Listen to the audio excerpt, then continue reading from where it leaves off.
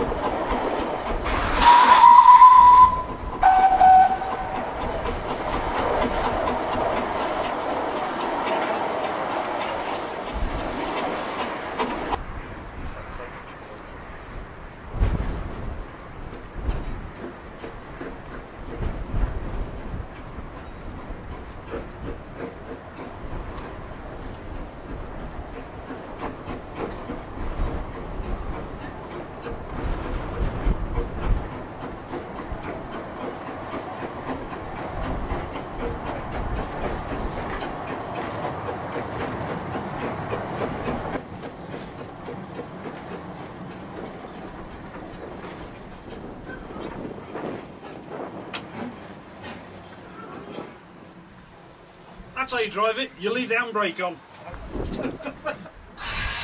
Okay, so that's the first 2 test runs completed, and we're kind of guessing that you'd like to know what it's like on the footplate. So what we're going to arrange for now is for John Wally, our chief engineer, to drive the loco, while our cameraman with the handy iPhone stands in the tender so that you can see that. So I think we're clear, right?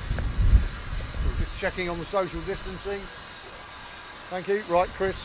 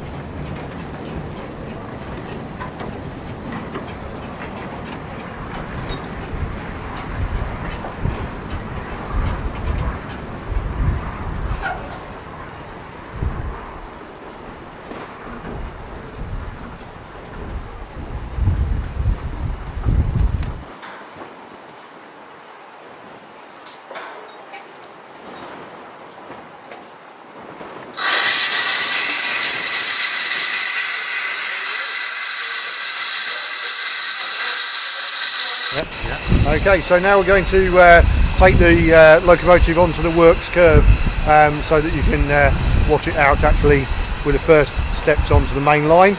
Strange, isn't it, the world we live in? The first thing we do is use disinfectant wipe on all the controls.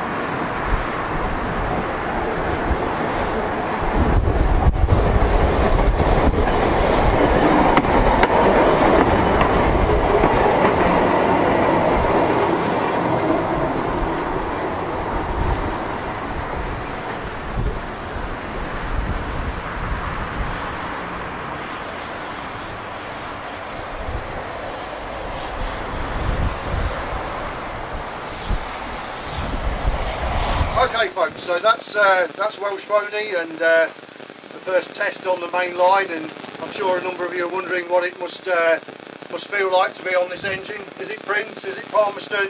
No, it's not. It's one of them, quite clearly. It feels like an England engine, of course.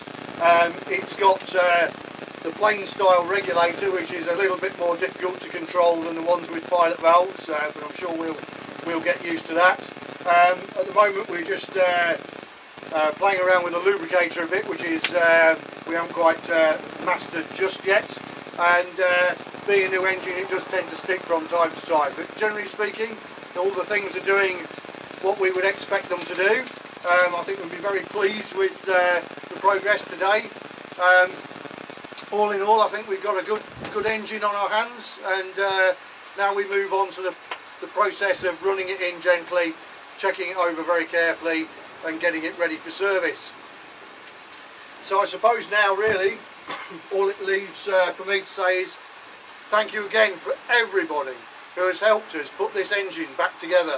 Everybody who's sponsored us, everybody who's on the members of the paid staff who've worked on it, all our skilled people, and of course all our volunteers who have helped as well. Sorry, it's very windy, isn't it? But here we are, we've done it.